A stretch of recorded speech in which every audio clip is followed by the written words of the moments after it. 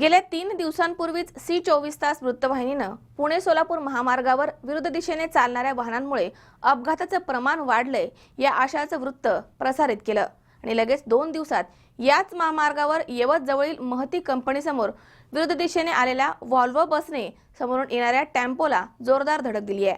त्यामुळे टेम्पो चालक हा गंभीर जखमी झालाय। दरम्यान आता तरी अशा वाहनांवर कारवाई केली जाईल का असा प्रश्न या ठिकाणी उपस्थित होतोय। पुणे सोलापूर महामार्गावर यवत जवळील महती कंपनीसमोर विरुद्ध दिशेने आलेल्या व्हॉल्वो बसने समोरून येणाऱ्या टेम्पोला जोरदार धडक दिली आहे। त्यामुळे टेम्पो चालक वैजनाथ बुधे हे गंभीर जखमी झालेत। बुधे यांच्या कमरेचे आणि पायाचे हाड मोडून त्यांना गंभीर दुखापत झाली आहे। हा अपघात शनिवार दिनांक 24 डिसेंबर रोजी पहाटे 4 वाजता घडलाय। हा अपघात व्हॉल्वो बस विरुद्ध दिशेने भरधाव वेगाने आल्यामुळे घडलाय।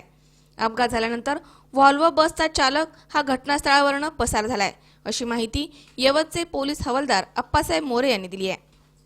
गेल्या 3 दिवसांपूर्वी सी 24 तास वृत्तवाहिनीने पुणे सोलापूर महामार्गावरून विरुद्ध दिशेने चालणाऱ्या वाहनांमुळे अपघात वाढल्याची बातमी दिली होती। त्याचाच प्रत्यय 2 दिवसातच येथील नागरिकांना आलाय।